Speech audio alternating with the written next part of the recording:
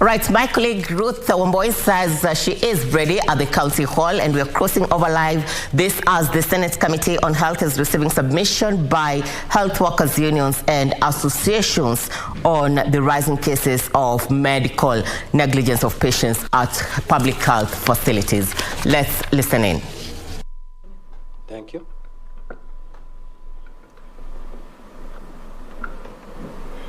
Okay.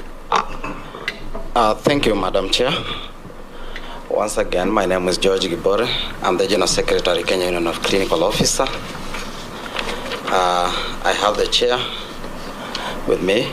Will also be speaking, and at least one representative from the branch.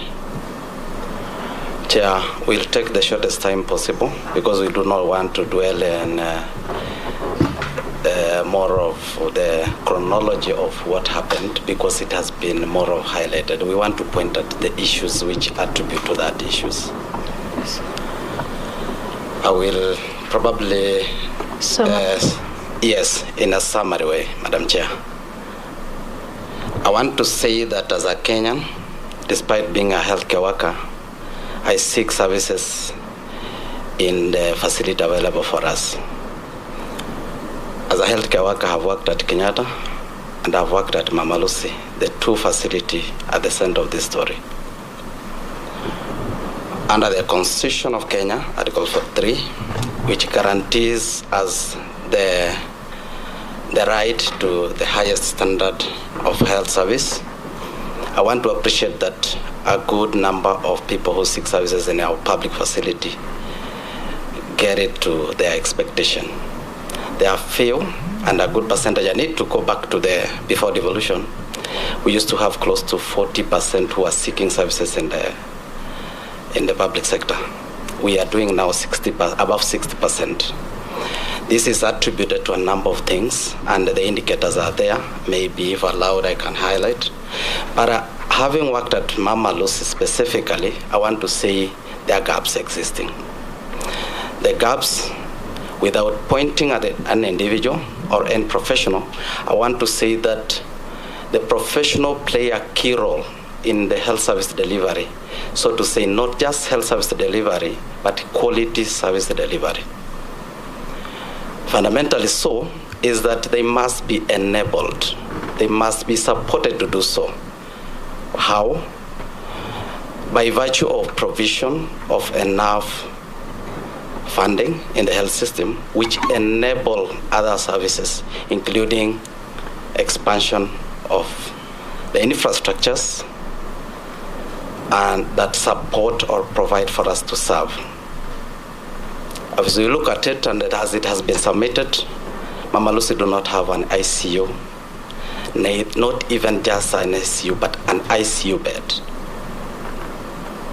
I look at that scenario which has happened there, and I want to test here that in 2017, my wife was there delivering. And the situation which was there was dire because she was sharing bed. When some of them realized that this was one of our staff wife, yes, they were struggling to cover up because they wanted to create space. But the cover-up was leading to patient lying on the floor. That point out at capacity of that facility to serve the nurses there, healthcare workers. And I want to say that in this sector, more specifically the reproductive health, we have also the clinical officer who serves there, who are trained specialist clinical officer, and we only have 2 of them at Mama Lucy, one serving in the outpatient and one serving, so they cannot suffice to serve 24 hours per day and 7 days a week. So that point out at a gap of the staffing, as it has been also highlighted from the other cadre. To that extent, the enabler there still is funding, because the funding can be able to open for recruitment. And one will say this specific case, how it happened, to which context, whether it amounts to medical negligence, I will say, depending on where I sit, yes and no. Yes and no, why? Because one, if you look at it on what should have been done when this case was identified that it needed maybe an ICU, the best thing was to put the patient on ICU. And I look at the time also the healthcare workers need to take, or rather do the vital sign, that they were not able to do it. The attributing factor is that to some extent all the patients are shouting. It's not only about this one alone. All of them are calling. I've worked in the outpatient where some of them will get in and slap you because of taking too much time waiting. So to this extent, I ask, as a healthcare worker, in the context of that looking, I'm culpable. But am I real culpable, or am I exposed by virtue of the system? So we have a system failure which must be looked into.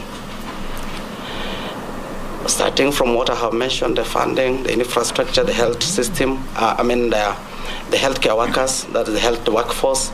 We point out to also now how this patient moved. All of them were referral. And it's good to mention in this context that Mama Lucy served as a referral facility for Nairobi.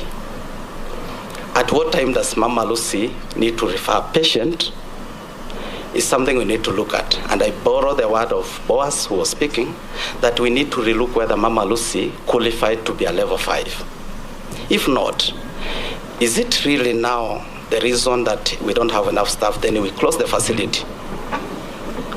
Is there a patient who will suffer by virtue of lack of even a fare to move to next facility?